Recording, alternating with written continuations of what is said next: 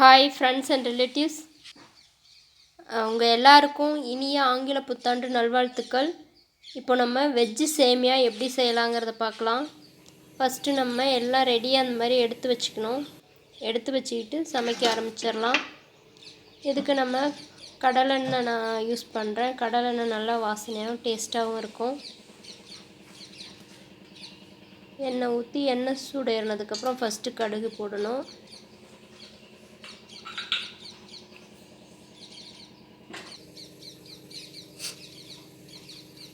பாருங்கள், இதுக்கு நான் அணில் சேமியா தான் வாங்கி வச்சுருக்கேன்.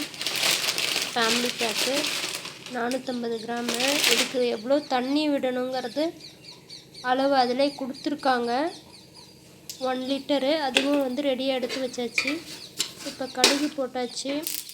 கடுகு வெடிக்க ஆரம்பிச்சிருச்சு. கடுகு வெடிச்சிருச்சுன்னா அடுத்து நம்ம பச்சை மிளகாய் போடணும். பச்சை மிளகாய் ஃபஸ்ட்டு போட்டோம்னா நம்ம பச்சை மிளகாய் வெங்காயம் ரெண்டும் ஒன்றா கூட போடலாம். நான் கொஞ்சம் சீக்கிரம் இது கொஞ்சம் நல்லா வதங்கட்டுங்கிறதுனால பச்சை மிளகாய் ஃபஸ்ட்டு போட்டுருவேன். அப்புறம் கருவேப்பிலை, அதுக்கப்புறம் வெங்காயம். இது மூணுமே சேம் டைமுக்குள்ளே அப்படியே ஆட் பண்ணலாம். எப்படி வேணாலும் போட்டுக்கோங்க. இப்போ நம்ம கேரட்டு, பீன்ஸு நான் சின்ன சின்னதாக அரிஞ்சு வச்சுருக்கேன். அதையும் நம்ம இதோடு போட்டுடலாம். வெங்காயம் வதங்கும் போது வதங்க ஆரம்பிச்சதுன்னா கொஞ்சம் நல்லா வதங்கிடும், நல்லா வெந்துடும். ஏன்னா சேமியா ரொம்ப நேரம் வேகாது, சீக்கிரம் வெந்துடும். அதனால் நமக்கு இந்த கேரட் பீன்ஸ்லாம் வேகணும் தான். அதனால் வெங்காயம் தாளிக்கும் போது நம்ம போட்டு வதக்கிடலாம். இதுக்கு தேவையான உப்பும் சேர்த்துட்டு வதக்கணும்னா கொஞ்சம் சீக்கிரம் வெந்துடும்.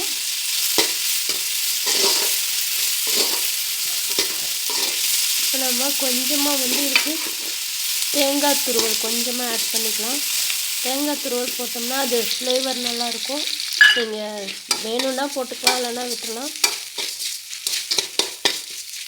இதையும் போட்டுட்டு எண்ணெயிலே ஒரு செகண்ட் வதக்கிட்டு நம்ம கலந்து வச்சுருக்கிற தண்ணியை விட்டு நம்ம கொதிக்க விட்டுறலாம்.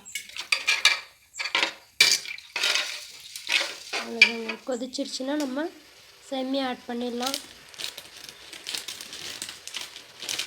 ரொம்ப நேரம் நம்ம இதுக்கு டைம் எடுக்காது. நம்ம டக்குன்னு செய்யணுன்னா அந்த மாதிரி சேமியா வச்சுட்டு செஞ்சிடலாம். டக்குன்னு ஏதாவது டிஃபன் பண்ணணும் அப்படின்னா அந்த மாதிரி சேமியா செய்கிறது பெஸ்ட்டு. அதுலேயும் வெஜிடபிள்ஸ் எல்லாம் போட்டு செய்கிறது ரொம்ப ரொம்ப ஹெல்த்தியானதும் கூட. இப்போ நல்லா கொதிச்சிருச்சு. இப்போ நம்ம சேமியாவை ஆட் பண்ணிக்கலாம்.